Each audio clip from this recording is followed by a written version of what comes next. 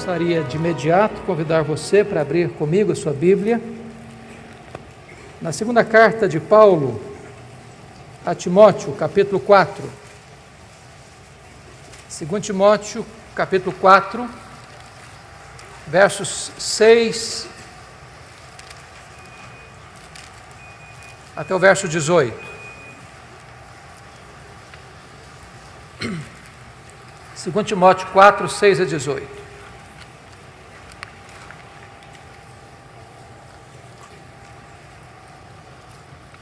É importante entender que esta é a última carta que Paulo escreve. E Paulo escreve esta carta da sua segunda prisão em Roma. E nessa segunda prisão ele estava numa masmorra, úmida, fria, insalubre, de onde as pessoas saíam leprosas ou para o martírio.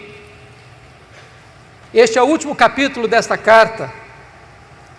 E essas são as últimas palavras deste capítulo. Consequentemente, essas são as últimas palavras de Paulo antes de morrer, que nós temos registrado na Bíblia.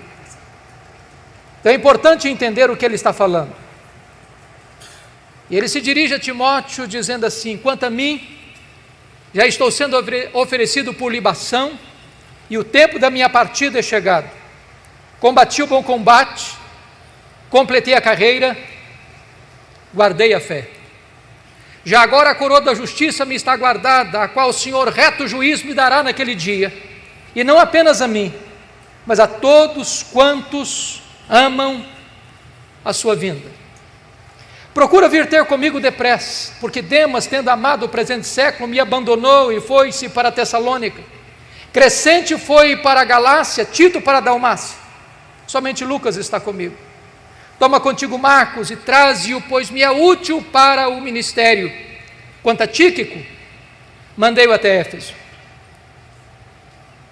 Quando vieres, traze contigo a capa que deixei em Trode, na casa de Carpo, bem como os livros, especialmente os pergaminhos. Alexandre o latueiro causou-me muitos males. O Senhor lhe dará paga segundo as suas obras. Tu guarda-te também dele, porque resistiu fortemente às nossas palavras. Na minha primeira defesa, ninguém foi a meu favor. Antes todos me abandonaram. Que isso não lhe seja posto em conta. Mas o Senhor me assistiu e me revestiu de forças, para que por meu intermédio a pregação fosse plenamente cumprida e todos os gentios a ouvissem. E fui libertado da boca do leão. O Senhor me livrará de toda obra maligna, me levará salvo para o seu reino celestial. A Ele, glória pelos séculos dos séculos. Amém. Eu quero pedir permissão a você para voltar apenas a esse texto, só voltar a esse texto, na conclusão da minha fala. Eu gostaria de apresentar aos meus irmãos e irmãs nesta noite o apóstolo Paulo. Quem foi este homem? Que morreu pobre, velho, abandonado, tirado de uma masmorra para o patíbulo. Quem foi este homem? Certamente o maior apóstolo, maior missionário,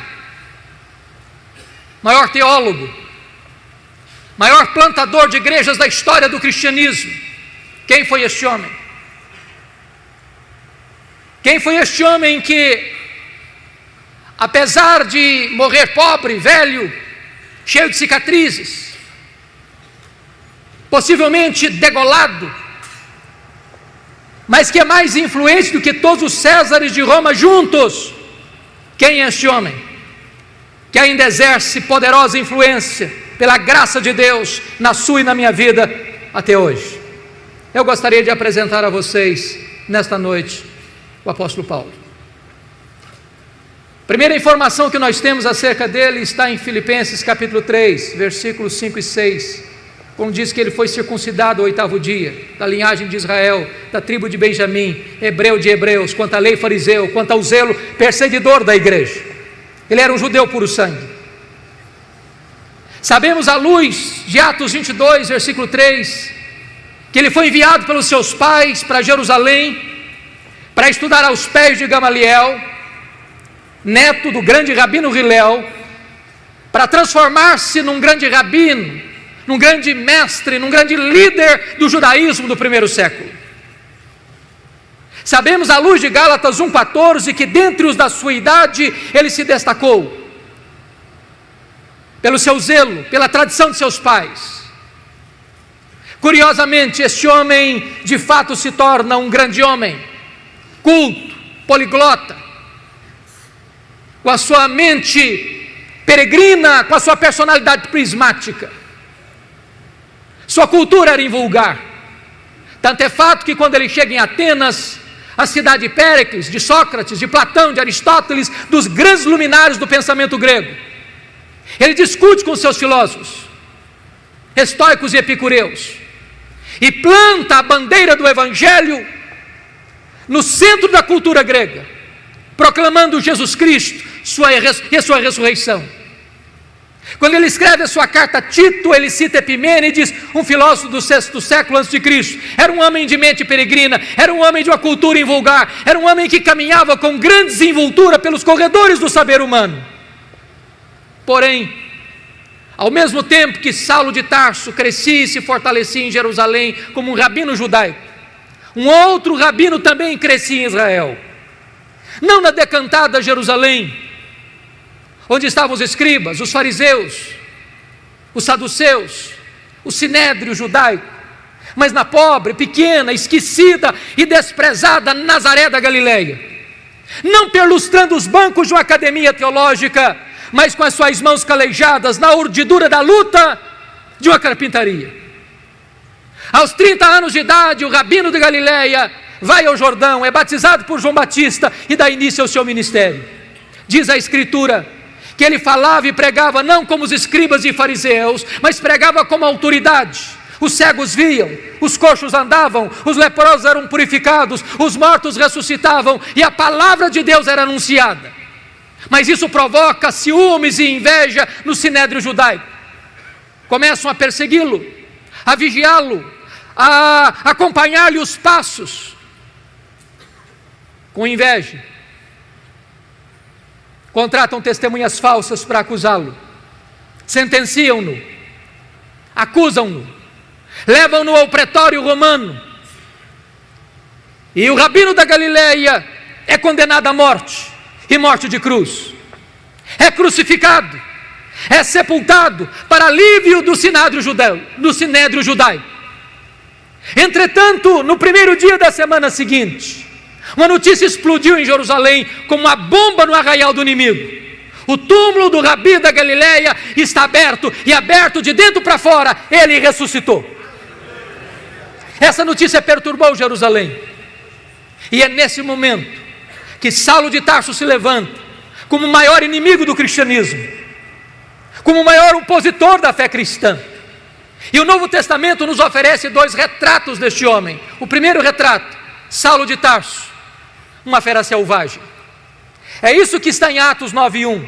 Ele respirava ameaças e morte contra os discípulos, e essa palavra traz a ideia de uma fera selvagem que salta sobre a sua presa para devorá-la. Ele era uma fera selvagem. Senão, vejamos 1 Timóteo 1,13, ele se define como blasfemo, perseguidor e insolente. 1 Coríntios 15:9, ele se define como o menor dos apóstolos. Nem direito tinha ele de ser chamado apóstolo, segundo ele, porque perseguiu a igreja de Deus. Atos dos Apóstolos, capítulo 8, versículo 3, diz que ele assolava a igreja de Deus. Gálatas 1,13 diz que ele devastava a igreja de Deus. Mas Atos 9:21 diz que ele não apenas assolava e devastava a igreja de Deus, ele exterminava os discípulos de Jesus em Jerusalém. E exterminar não é prender, exterminar não é bater, exterminar é matar. Saulo era um assassino, Saulo era um homem perverso, era um homem sanguinário, era uma fera selvagem.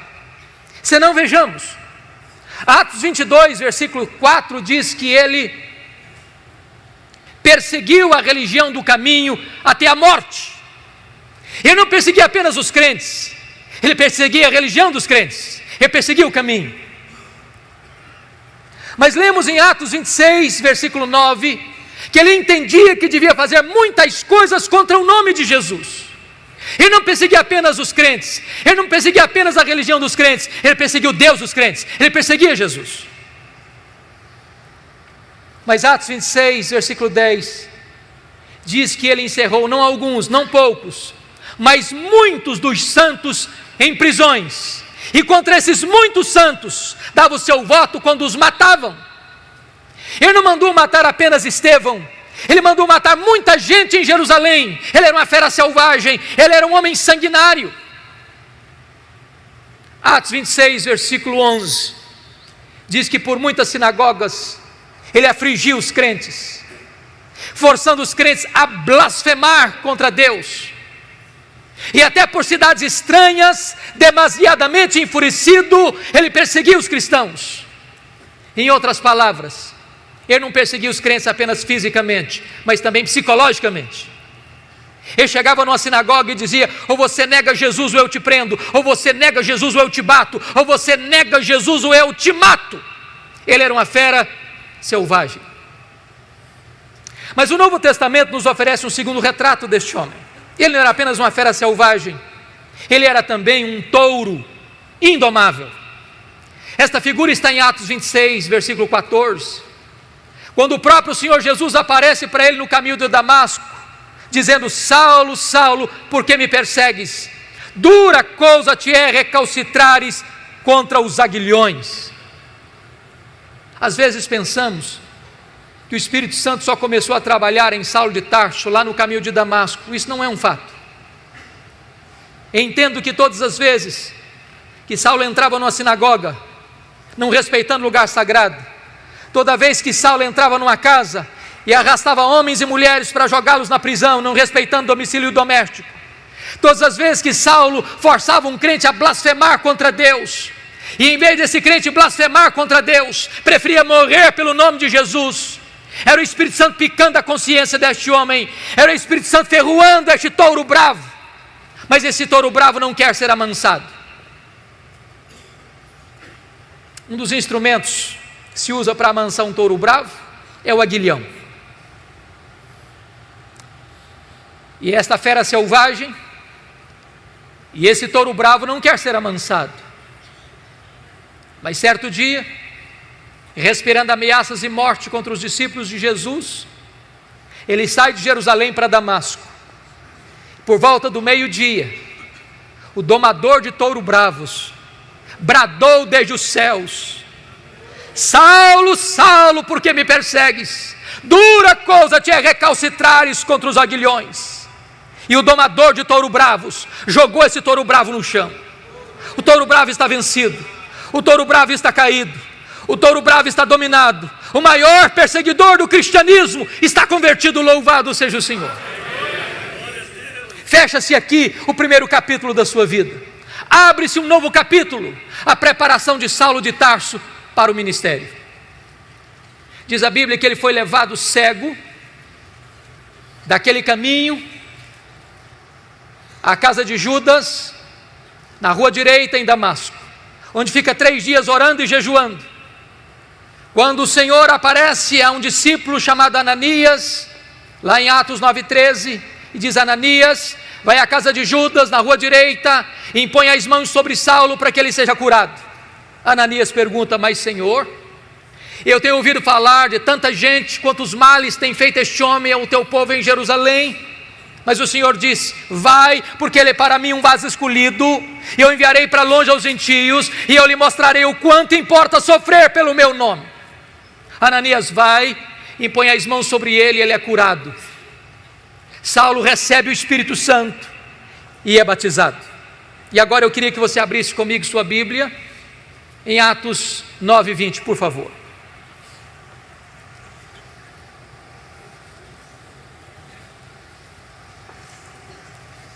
Logo depois que ele foi curado, logo depois que ele recebeu o Espírito Santo, logo depois que ele foi batizado, diz a Bíblia que ele começa a pregar nas sinagogas em Damasco, afirmando que Jesus é o Filho de Deus.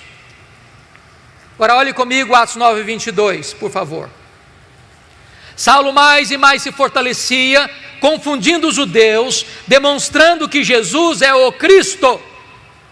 E eu pergunto a você, há alguma diferença entre o que acontece no verso 20 para o que acontece no verso 22? Concordo com Ray Stedman, quando ele disse que há uma total diferença entre o que acontece no verso 20 e o que acontece no verso 22. No verso 20 ele afirma que Jesus é o Filho de Deus, mas no verso 22 ele demonstra que Jesus é o Messias, é o Cristo. E demonstrar é provar uma tese, detalhada, meticulosa e exaustivamente. A grande pergunta é: quanto tempo há de intervalo entre o verso 20 para o verso 22? Atos não responde esta pergunta, mas a resposta está em Gálatas capítulo 1, versículos 15 a 17, diz que logo que ele foi convertido em Damasco, ele não subiu para Jerusalém onde estavam os apóstolos, nem consultou carne e sangue, mas o Senhor revelou-se a ele e nele ele partiu para a região da Arábia, e conforme Gálatas 1,18, 3 anos depois, ele retorna da Arábia para Damasco. A pergunta é: o que ele ficou fazendo 3 anos na Arábia? Possivelmente um seminário intensivo com o Senhor Jesus. A teologia que ele aprendeu, não a aprendeu de homem algum numa academia.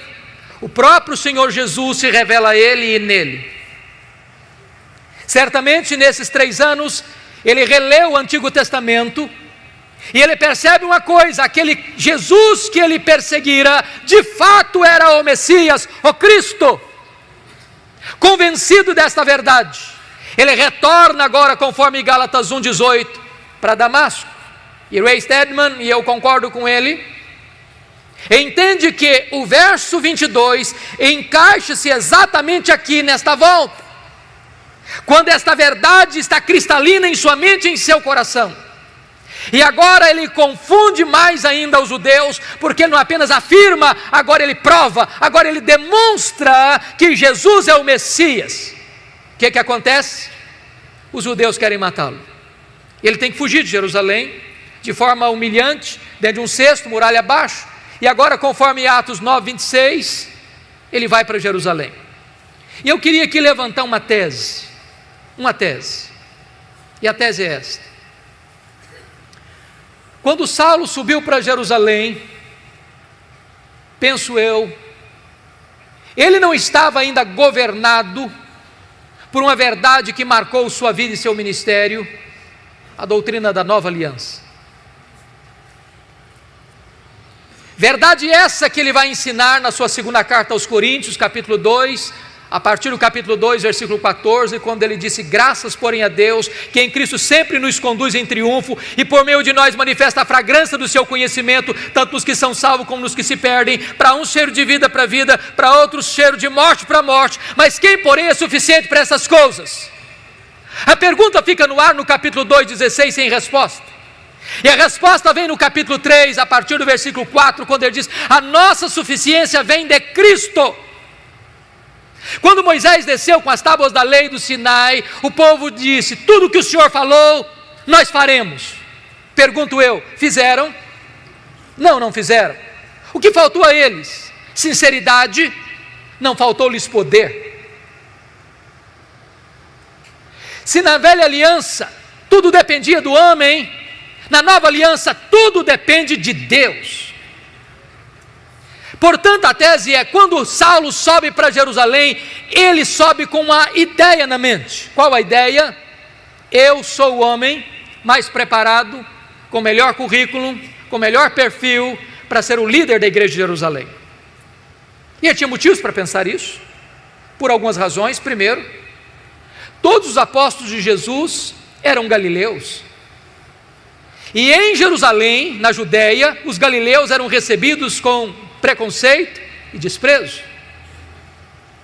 Tanto é fato que quando o Pentecoste aconteceu, o Espírito Santo foi derramado, as pessoas, ao olharem aquele fenômeno, olharam com ceticismo. O que quer isso dizer? outros com preconceito. São galileus, outros com zombaria, estão bêbados.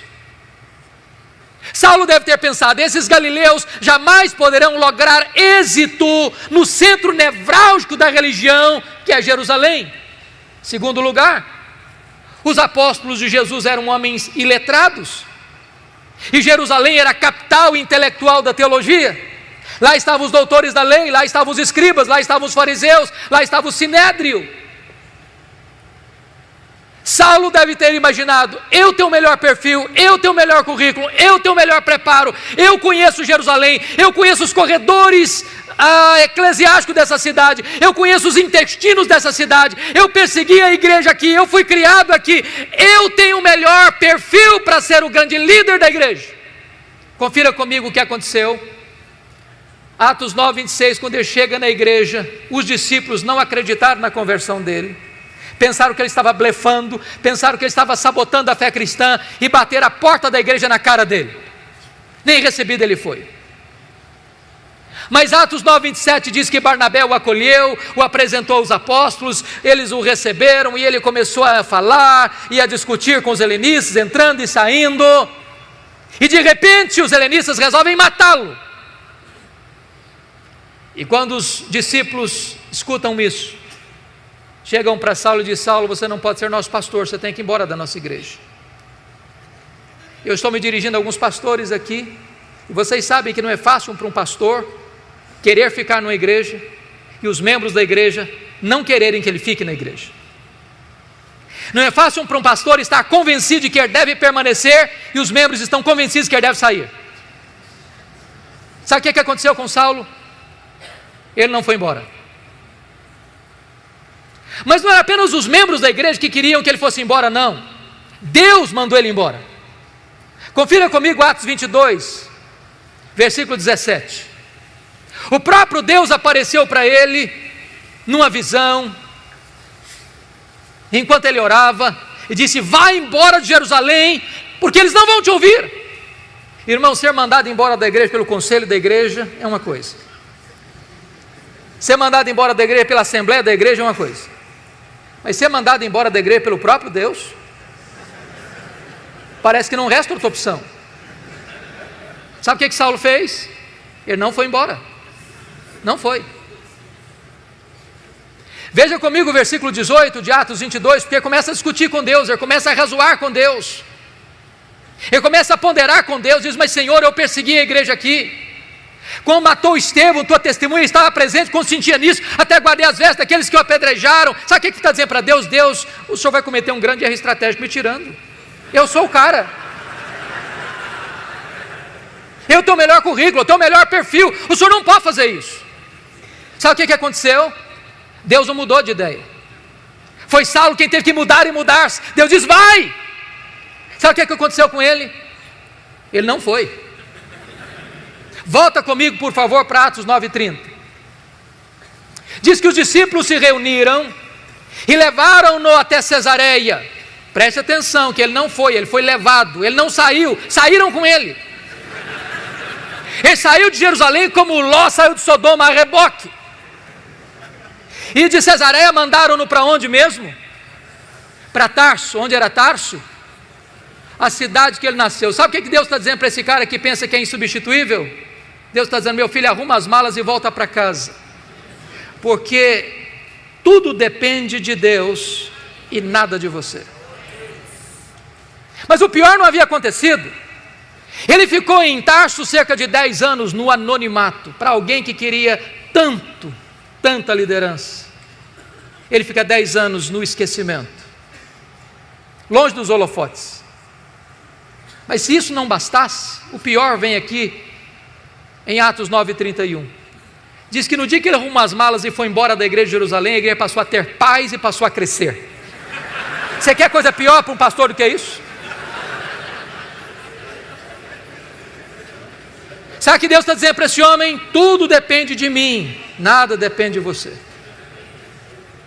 Era preciso que ele aprendesse essa lição primeiro. Diz a Bíblia que muito tempo depois acontece um avivamento em Antioquia da Síria, a terceira maior cidade do mundo, E a igreja de Jerusalém manda para lá o seu melhor pastor, Barnabé. E Barnabé, ao chegar ali, vê a graça de Deus prosperando, se alegra com isso, lembrou-se de Saulo, foi atrás dele, o buscou. E durante um ano eles ensinaram a palavra de Deus em Antioquia. Estando a igreja orando e jejuando, o Espírito Santo apareceu e disse: separai-me agora a Barnabé e a Saulo para a obra que os tenho chamado.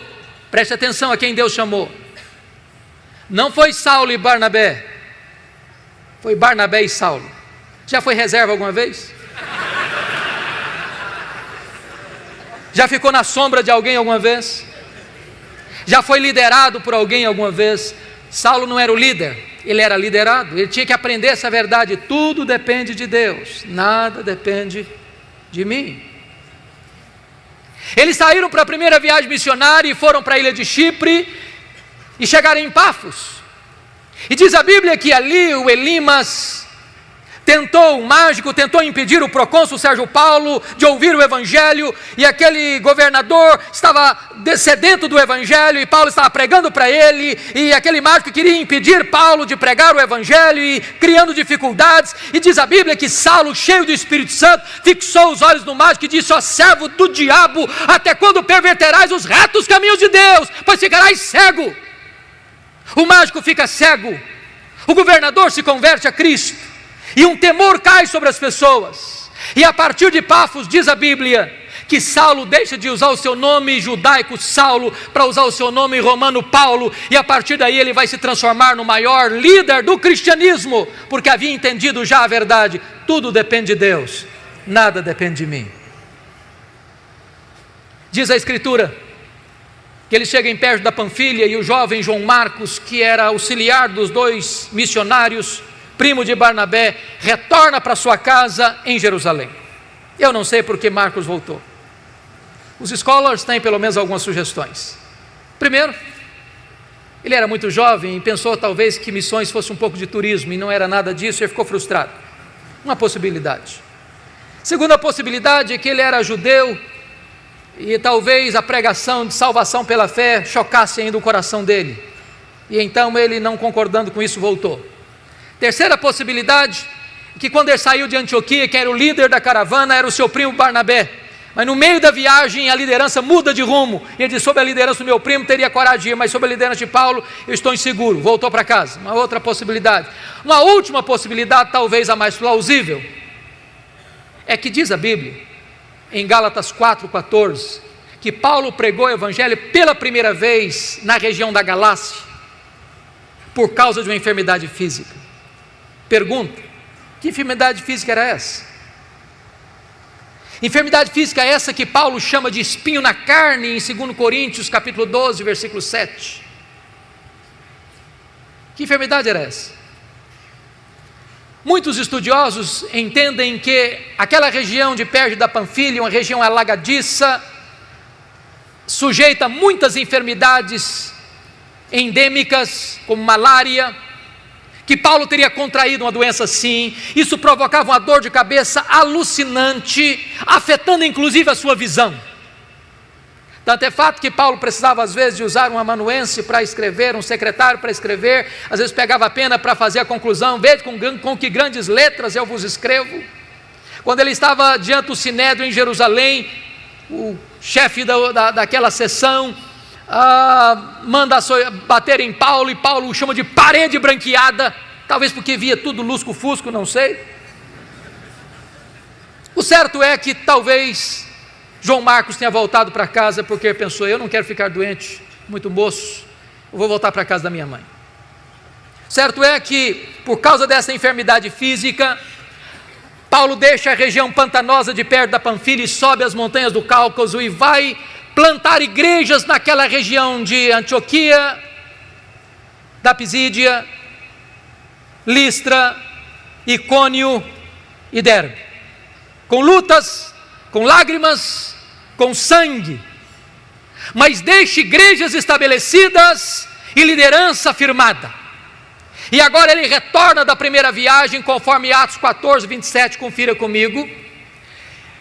Reúne a igreja enviadora e relata quantas coisas fizera Deus, e como Deus abrira a porta da fé aos gentios. Nota de rodapé: há espaço para se testemunhar as vitórias de Deus na obra missionária na igreja. Não há espaço, entretanto, para projeção humana na igreja. Não relataram eles quantas coisas fizeram eles, mas quantas coisas fizera Deus. Nós somos apenas os instrumentos, quem faz a obra é o próprio Deus. Mas percebam uma coisa, amados, quando a obra de Deus avança, a oposição surge.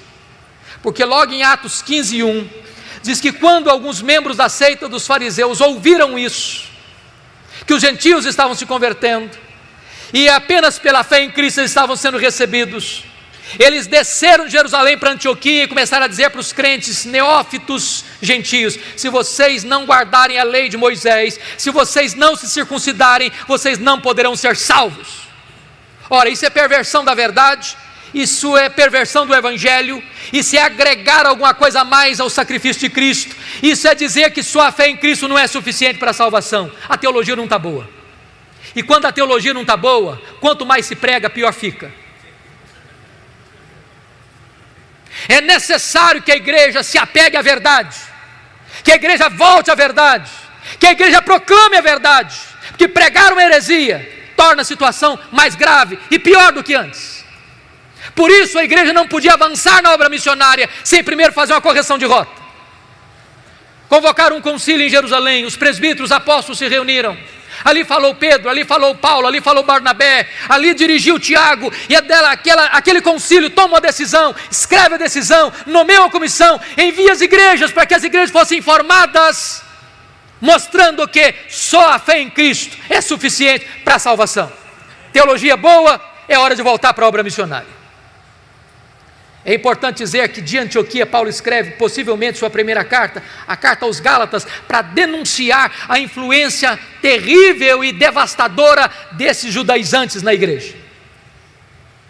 Agora olha comigo, por favor, Atos 15, versículos 36 a 41. Diz o texto que Paulo chega para Barnabé e diz: Barnabé, vamos voltar para a segunda viagem missionária? Barnabé diz: vamos, Paulo. Só um detalhe: meu primo João Marcos, que nos abandonou lá em perto da Panfilha, quer voltar de novo. Diz a Bíblia que Paulo disse: eu não acho justo levarmos aquele que nos abandonou desde perto da Panfilha. Comigo ele não vai. Ele não serve para ser meu companheiro de viagem. Eu não quero na minha companhia. Barnabé tentou constranger Paulo a receber e aceitar João Marcos, mas Paulo foi irredutível. Comigo ele não vai. Diz a Bíblia que houve tal desavença entre Paulo e Barnabé por causa de João Marcos, que eles não puderam caminhar juntos mais. Então, Paulo pegou Silas, profeta da igreja de Jerusalém. Barnabé continuou investindo em João Marcos, seu primo. Nota de rodapé: os líderes não deveriam brigar, mas às vezes brigam. Os líderes não deveriam ter desavenças, mas às vezes têm. Mas até quando os líderes brigam e têm desavença, o plano de Deus não pode ser frustrado. Porque agora, em vez de uma caravana, nós temos duas. E a obra de Deus se espalha. O livro de Atos passa pelo relato de Paulo e Silas, e eles querem ir para a Ásia, e eles são impedidos pelo Espírito de Deus. E Paulo escuta uma voz de um varão macedônio: passa Macedônia e ajuda-nos. E ele entra na Macedônia, ele entra no Ocidente. Louvado seja Deus, porque a obra missionária inclina-se para nós. Preste atenção nisso. Deus dá a direção, mas Paulo escolhe os melhores métodos. Se você perceber, Paulo só se fixa em cidades estratégicas. Filipos era a colônia romana, Tessalônica era a capital da Macedônia, Bereia, importante cidade da região, Atenas, capital intelectual do mundo, Corinto, capital da Caia. O que ele está nos ensinando? Estratégias missionárias. Vamos plantar uma igreja? Vamos. Em que cidade? Vamos comprar um terreno para construir um templo? Vamos. Em que bairro? Em que rua? Que terreno vamos comprar? Porque às vezes nós compramos o pior terreno, da rua mais escondida, do bairro mais distante, da cidade de mais difícil acesso, e ficamos 40 anos com uma congregação. Há poucos dias um seminarista me disse que ele trabalha numa congregação presbiteriana que tem 120 anos como congregação, nunca foi organizada igreja. Se nós plantássemos igrejas estratégicas podem influenciar a sua micro-região, e é isso que Paulo está nos ensinando. Mas quando você faz a obra de Deus, pela direção de Deus e pela melhor metodologia, não significa que você vai ter vida fácil. Paulo foi preso e açoitado em Filipos, Paulo foi escorraçado em Tessalônica, Paulo foi enxotado de Bereia, Paulo foi chamado de tagarela em Atenas e foi chamado de impostor em Corinto. De Corinto ele escreve as suas 2 cartas aos Tessalonicenses. Ele fica ali 18 meses e estabelece a obra de Deus naquela região. Dali ele sai para Éfeso na sua 3ª viagem missionária. Éfeso era a capital da Ásia Menor, uma cidade cosmopolita de mais de 300 mil habitantes na época, onde ficava o templo de Diana, 8 vezes maior do que o Partenon. Cidade eivada de idolatria, porque os nichos do templo de Diana era o fator que aquecia o comércio da cidade. Era uma cidade marcada pela feitiçaria, pelo ocultismo. E diz a Bíblia que em 3 anos que Paulo fica ali, a idolatria declina, a feitiçaria entra em colapso, as pessoas vão se convertendo, confessando publicamente as suas obras, queimando seus livros de ocultismo em praça pública, e a palavra de Deus prevalece em Éfeso. E nos 3 anos que Paulo passa ali, ele influencia toda a Ásia Menor. Quando você lê o relato das igrejas do Apocalipse, Éfeso, Esmirna, Pérgamo, Tiatira, Sardes, Filadélfia e Laodiceia, essas igrejas tiveram um profundo impacto do ministério de Paulo nesses 3 anos em Éfeso, e passa a ser a igreja mais estratégica do Novo Testamento, porque na verdade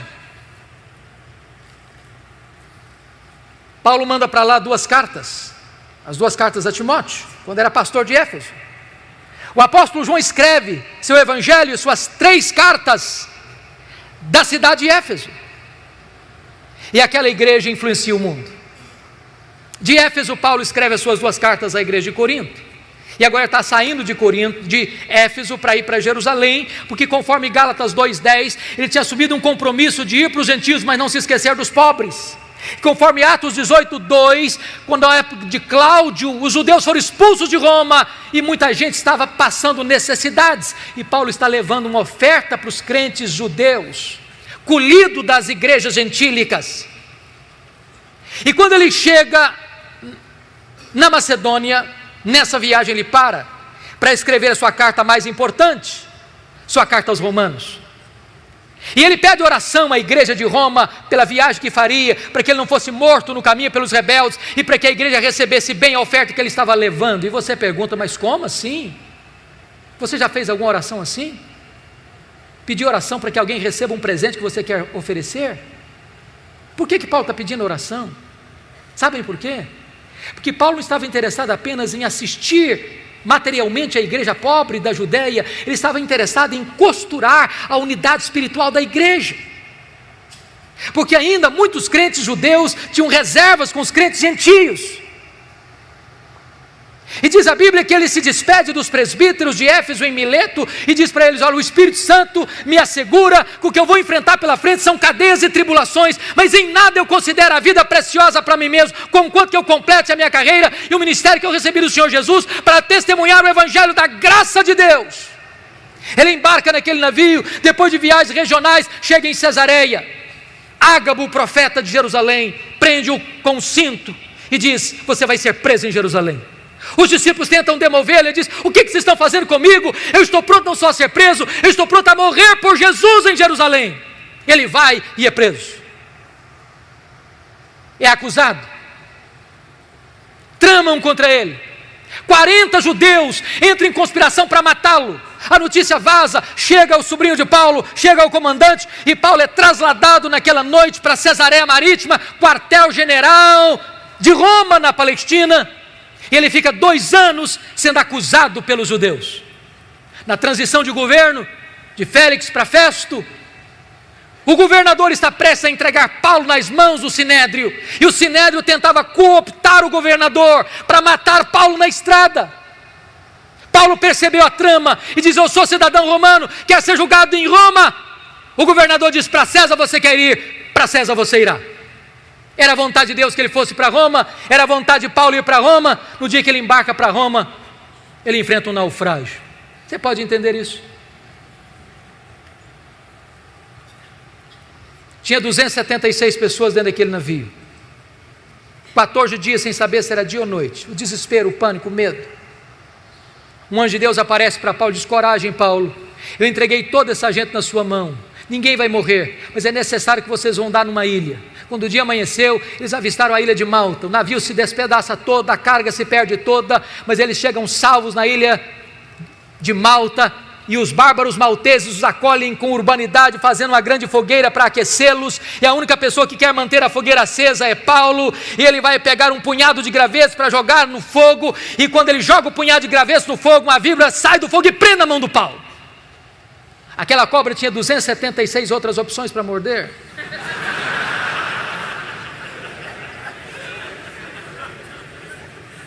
E quando os malteses viram a cena, gritaram: é um assassino, tenta se livrar do mar, a justiça não o deixa viver, vai cair, vai inchar, vai morrer. Não caiu, não inchou, não morreu, mudaram de opinião, é um Deus. Não é nem um assassino, nem um Deus, é o servo do Deus vivo. Na verdade não foi a tempestade que levou Saulo para a ilha de Malta, foi a mão da providência divina. Quando você pensa que a sua vida está à deriva, quando você pensa que a sua vida está de ponta cabeça, na verdade, Deus está no controle e Ele está trabalhando a seu favor para que todas as coisas cooperem para o seu bem, você que ama Deus.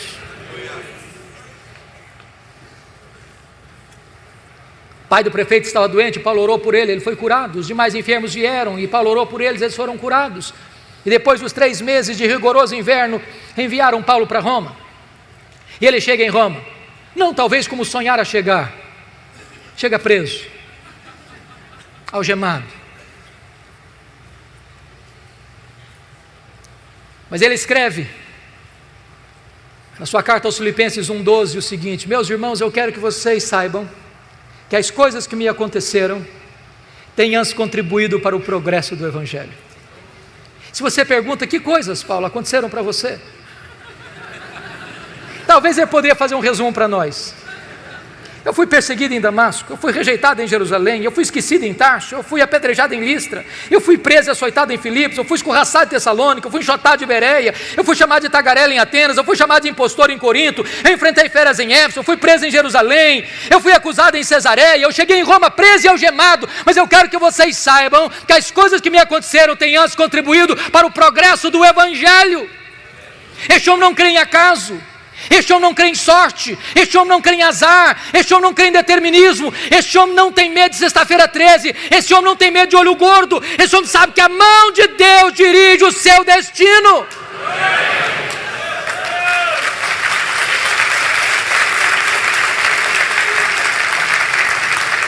Porque ele estava preso em Jerusalém, diz a Bíblia, que a igreja foi mais encorajada a pregar.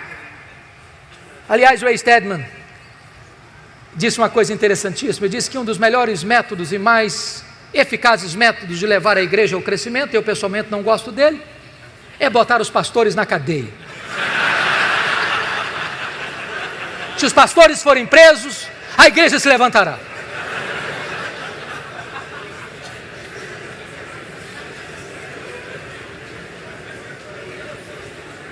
Diz Paulo, porque ele estava preso, toda a guarda pretoriana ouviu o Evangelho. E o que era a guarda pretoriana?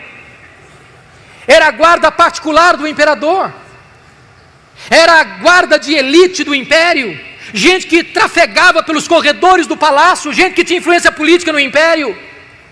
E durante 3 turnos por dia, um soldado era algemado a Paulo durante 2 anos. E o que Paulo fazia? Evangelho neles, evangelho neles, evangelho neles, evangelho neles, evangelho neles. Depois de 2 anos, toda a guarda pretoriana estava evangelizada e os demais membros do palácio. Por isso ele escreve Filipenses 4:22, de Roma, a igreja de Filipos: os santos vos saúdam, especialmente os da casa de César. Nero não sabia de uma coisa, mas Deus o havia constituído em presidente das missões estrangeiras do império, porque havia colocado lá dentro do palácio o maior missionário da igreja e colocado diante dele o seu público. Quando as pessoas pensam que estão destruindo a igreja, só podem promover a igreja, porque a igreja de Deus é indestrutível. Porque Paulo estava preso e não podia visitar as igrejas. O que ele fez? Ele começou a escrever cartas. Carta aos Efésios, Filipenses, Colossenses, Filemon, as cartas da primeira prisão. Já parou para pensar nisso? Se Paulo estivesse solto, talvez nós não teríamos estas joias na nossa Bíblia. Quando você pensa que as coisas estão difíceis demais ou complicadas demais, a mão da providência de Deus está agindo. Como disse William Cowper, por trás de cada providência carrancuda, esconde-se uma face sorridente.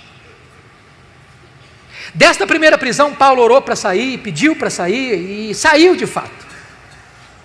Mas não saiu para se aposentar, não saiu para vestir um pijama, não saiu para deitar numa cadeira de balanço. Não há aposentadoria no reino de Deus. Ele saiu para trabalhar, talvez para fazer a 4ª viagem missionária, talvez tenha ido à Espanha, eu não sei. Mas ele passou e deixou Tito em Creta, ele passou e deixou Timóteo em Éfeso, ele percorreu até Nicópolis. Ele está fazendo a obra de Deus, e nesse interregno ele escreve mais 2 cartas, 1 Timóteo e Tito. Só que a política do mundo está mudando. Desde que Nero subiu ao poder em 54, com 17 anos de idade, aqui a situação parecia sombria para os cristãos.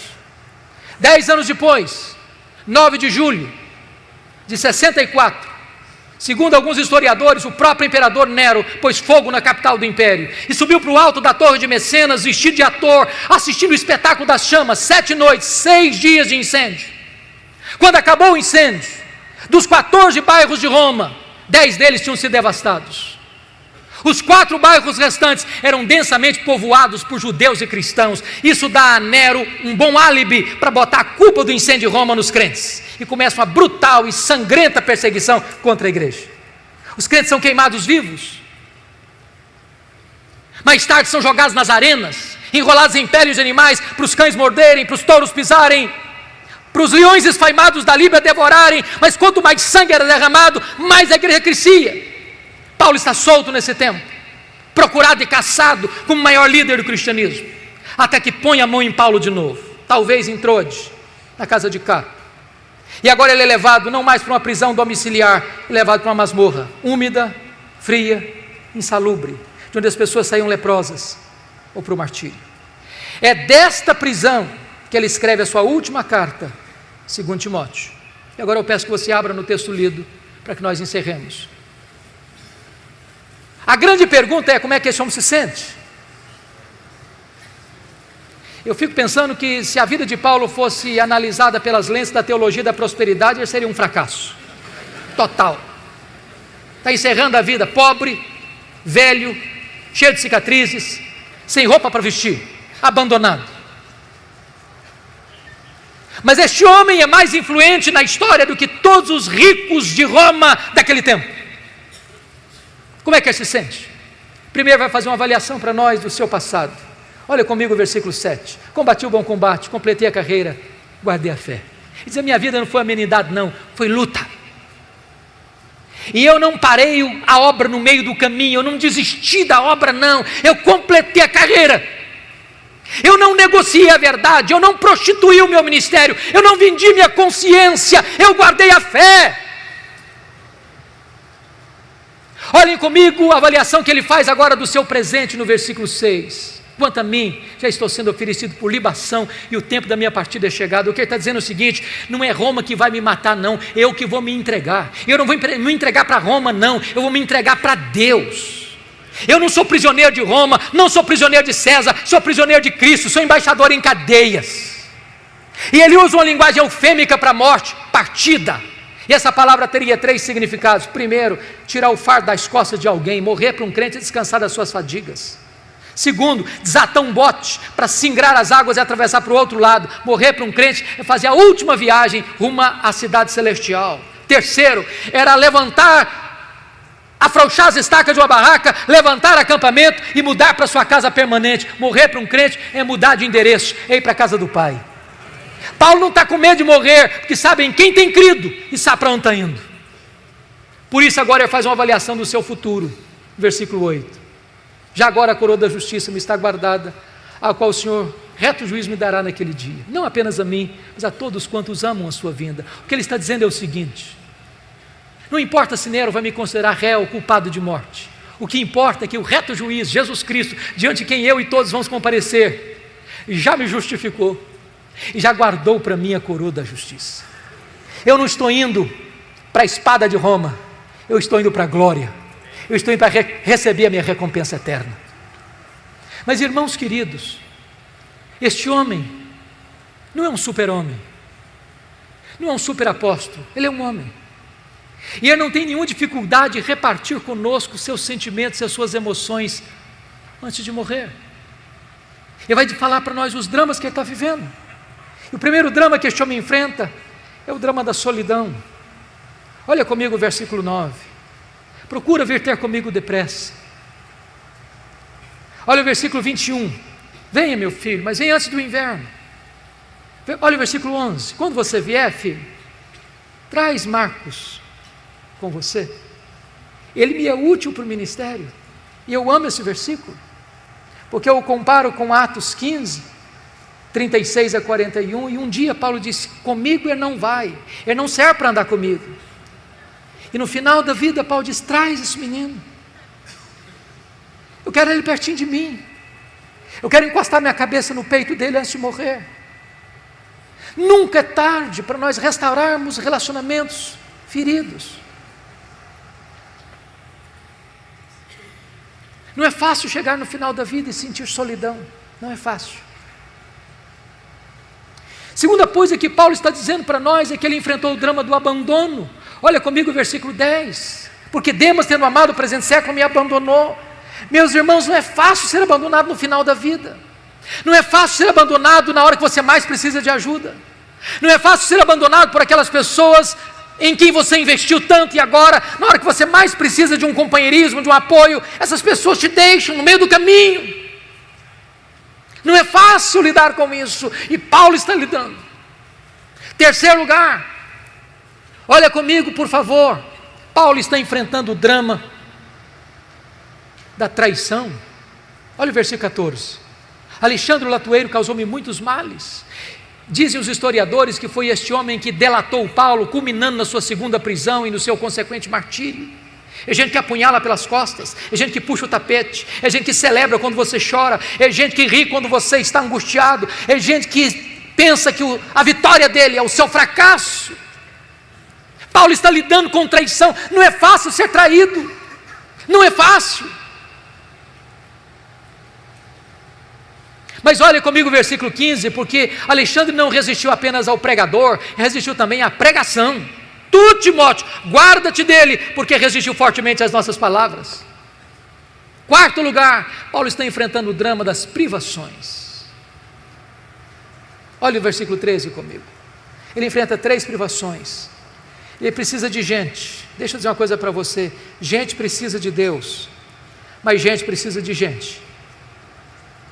Ele está precisando de gente, fazer companhia para ele. Segundo, ele está pedindo: quando você vier, meu filho, traz os meus livros, especialmente os pergaminhos. Sabe o que me impressiona em Paulo? Que ele sabe que vai morrer e quer estudar. Tem gente que passa a vida inteira e não estuda nada, e quer alimentar sua mente com a verdade de Deus. Em terceiro lugar, ele está enfrentando privações físicas. O inverno está chegando, o versículo 1 está dizendo aí. O inverno em Roma chega a temperaturas abaixo de 0. E dentro de uma masmorra é mais frio lá dentro que lá fora. E uma pessoa velha sente mais frio do que uma pessoa nova. Você já parou para pensar nisso? O maior pastor, o maior missionário, o maior teólogo, o maior plantador de igrejas da história do cristianismo, não tem sequer uma capa velha para usar na velhice. Quantas vezes você e eu reclamamos da vida, tendo casa para morar, tendo carro para andar, tendo comida sobre a mesa, tendo roupa quente para vestir.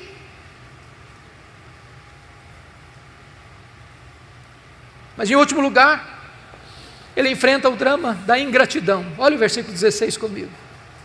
Na minha primeira defesa, ninguém foi a meu favor, mas todos me abandonaram. Não é fácil isso. Ele plantou igrejas na província da Galácia, da Macedônia, da Caia, da Ásia Menor, de Jerusalém ao Ilírico, levou centenas, milhares de pessoas a Cristo. Na hora que ele precisa de alguém para estar lá naquela audiência, para falar a favor dele, não aparece ninguém. Não é fácil lidar com a ingratidão. Mas bendito seja Deus pelo verso 17, quando Paulo diz: mas o Senhor me assistiu e me revestiu de forças, para que por meu intermédio a pregação fosse plenamente cumprida e todos os gentios ouvissem. Eu fui libertado da boca do leão. O Senhor me guardará de toda obra maligna e me levará salvo para o seu reino celestial. Eu quero dizer para você, meu irmão, minha irmã, pode faltar a você o apoio dos homens, mas não lhe faltará o apoio de Deus. Pode faltar a você o apoio da terra, mas não lhe faltará o apoio do céu. Eu termino aqui dizendo o seguinte: quis Deus que a última cena da vida de Paulo não estivesse registrada na Bíblia, mas na minha mente esta cena está registrada, e eu gostaria de partilhar com vocês aquilo que eu vislumbro dessa cena. Houve um dia, um carcereiro rude e insensível recebeu em sua mesa um pedaço de couro, talvez de pergaminho, contendo o nome de um prisioneiro que deveria ser morto naquele dia.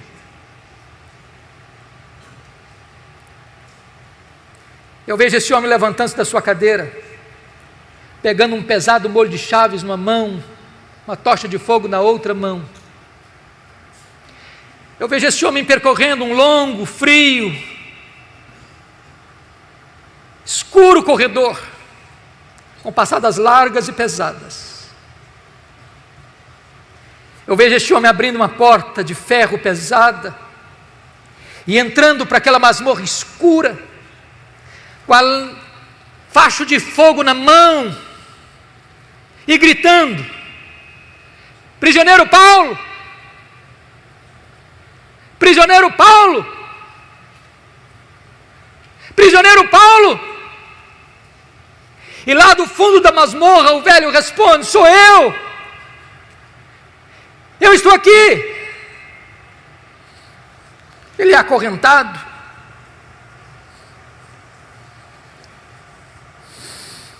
ele é retirado daquela masmorra, ele percorre aquele longo corredor, chega ao local do patíbulo, e o algoz lhe pergunta: você quer dizer algumas palavras antes de morrer? Talvez pensando que Paulo fosse expor a sua dor, a sua mágoa, a sua revolta. E o velho apóstolo responde: eu quero.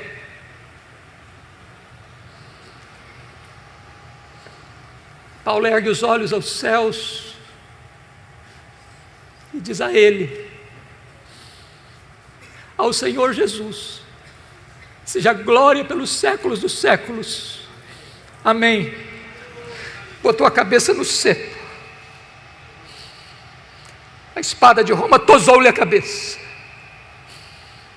corpo para um lado, cabeça para o outro, tombou na terra como um mártir, foi recebido no céu como um príncipe. Este homem que diz para você e para mim: